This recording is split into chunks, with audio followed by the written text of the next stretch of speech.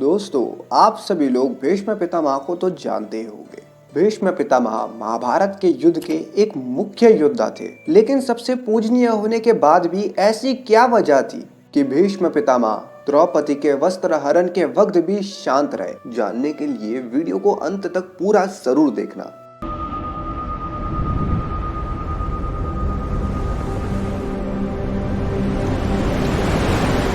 दरअसल दोस्तों, ये बात तब की है जब भीष्म पितामह महाभारत के युद्ध के बाद भी बाणों के शैया पर लेटे हुए थे और उन्होंने अपने प्राण नहीं त्यागे थे। तब प्रभु श्री कृष्ण, द्रौपदी और पांडव भीष्म पितामह के पास मिलने के लिए गए और उनसे कुशल राज्य की नीति का ज्ञान प्राप्त करने के लिए गए। तब पांडव थोड़ा हिचकिचाए, क्योंकि भीष्म पितामह खुद बाणों की शैया पर लेटे हुए थे और वो कैसे पांडव को ज्ञान दे सकते थे। लेकिन फिर भी भीष्म पितामह ने पांडवों को ज्ञान देना शुरू किया, और जब भीष्म पितामह पांडवों को स्त्री जाति की सुरक्षा का ज्ञान दे रहे थे, तब द्रौपदी हंसने लगी। तब भीष्म पितामह ने द्रौपदी की तरफ उतना ध्यान नहीं दिया, लेकिन कुछ समय बीतने के बाद भी द्रौपदी का हंसना बंद नहीं हुआ, और ये सब देखकर पांडव थोड़े लज्जित हुए। लेकिन फिर भी प्रभु श्री कृष्ण मन मन मुस्कुरा रहे थे। और तब भीष्म पितामह ने द्रौपदी से पूछा कि द्रौपदी, मैं ये बात जानता हूँ कि तुम अपने से बड़ों का आदर करती हो और तुम मेरी बातों पर हंसी।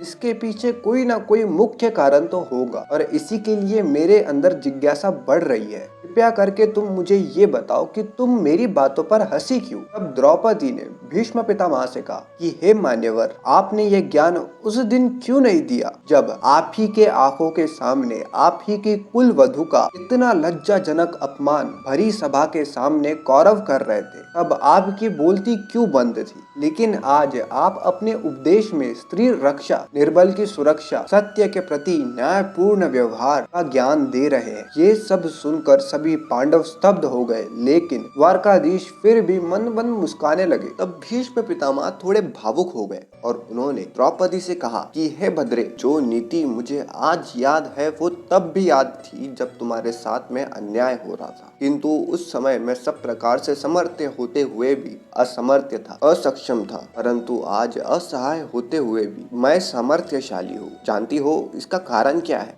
तब मैं कुशासन में लिप्त एक राजा था, एक वेतन भोगी तुच्छ कर्मचारी था। इतना ही नहीं, उस समय मेरे अंदर अन्याय और पाप से युक्त अनेक राज्यों से वसूले हुए धन से अर्जित की हुई आजीविका अन्न था। और तो और उस समय मेरी शारीरिक शक्ति, मानसिक बल और आत्मिक चेतना, ये तीनों अधर्म के पराधीन थे। किंतु आज तुम्हारे पति के धर्म युक्त बाणों ने मेरे अंदर का अधर्म युक्त खून निकाल दिया है। आज का राज धर्मवीर युधिष्ठिर के हाथों में है। मेरे कहने का तात्पर्य ये है कि अगर कोई राजा पाप करके धन और अन्न को अर्जित करे, बेजुबान जानवरों को मारकर उनका मांस खाए और मदिरा पान करे, तो उस राजा की प्रजा कभी भी सुखी नहीं रह सकती। और इसीलिए उस दिन सब कुछ जानते हुए भी मुझे उस दिन चुप रहना पड़ा। तो दोस्तों, अभी तक के तो आप जान ही गए होंगे कि क्यों उस दिन द्यूत सभा में भीष्म पितामह ने इतना अधर्म होते हुए भी कुछ नहीं कहा। दोस्तों, अगर आप सभी लोगों को ये वीडियो पसंद आई हो तो लाइक करना मत भूलना, और ऐसे ही रोचक कथाओं को जानने के लिए हमारे चैनल को भी सब्सक्राइब जरूर से कर लेना। धन्यवाद।